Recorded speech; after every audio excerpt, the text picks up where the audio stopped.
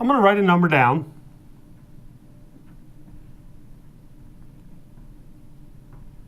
And that number is very important because right now, that is the service level agreement, reliability, uptime reliability of virtual machines that you create within Azure. Okay? And that's pretty good. However, you need to do something in order to get that level of uptime. Okay? And there's another number that you need to be aware of when you're talking about availability. And that number is 2. Okay?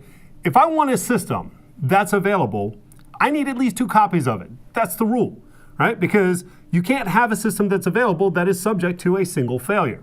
All right? And so it doesn't matter how you're doing this, that needs to happen. In the Azure environment, you actually want to create instances of virtual machines in these objects, these resources called availability groups. And I create an availability group.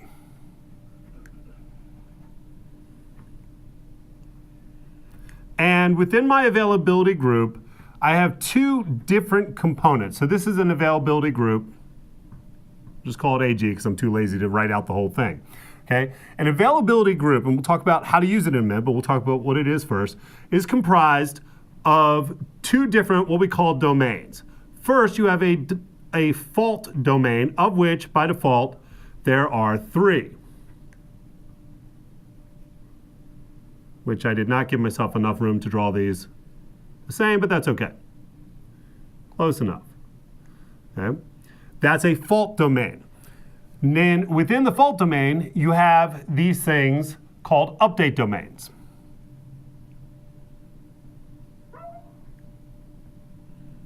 And by default, you have 5 update domains that are spread across your 3 fault domains. Now you create an availability set, you get these, and that is adjustable. You can create more of these things. Now the reason you do this is because you want to put virtual machines into this availability group, which is going to both physically and logically separate out the virtual machines.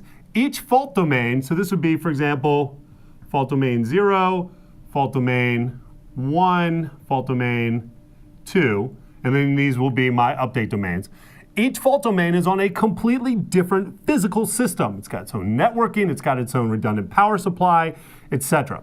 Okay? So that is designed at the data center level so that if there's a data center level failure with a rack or anything else, you're not going to be subject to that because you'll have your virtual machines running across multiples.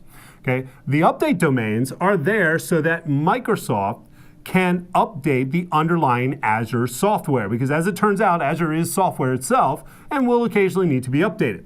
And they've got a very complex process for this. It's actually kind of cool.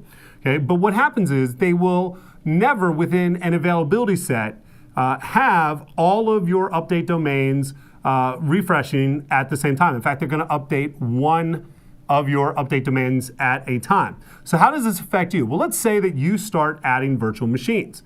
The first virtual machine that you would add would go into update domain 1, or update domain 0, which is on your fault domain 0, and then the next one would go in here, etc., until you fill up your update domains, and then it would start putting in a round-robin fashion additional virtual machines that you add into these additional slots.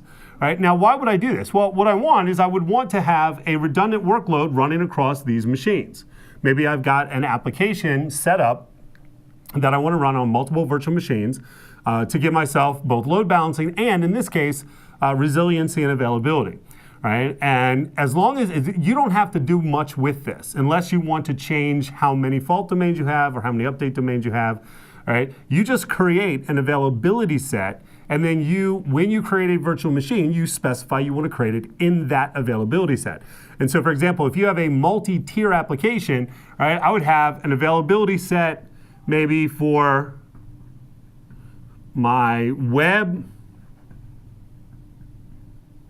Right? And then maybe I would have another one for any services that are supporting that web, or maybe I have different classifications of services that I want to use to support that web. And I can put each one of these in its own availability set. And again, what's key there is that in order to get this number, you need at least this and that needs to be in, I said AG, that should be AS, availability set, not availability group, but we'll keep going.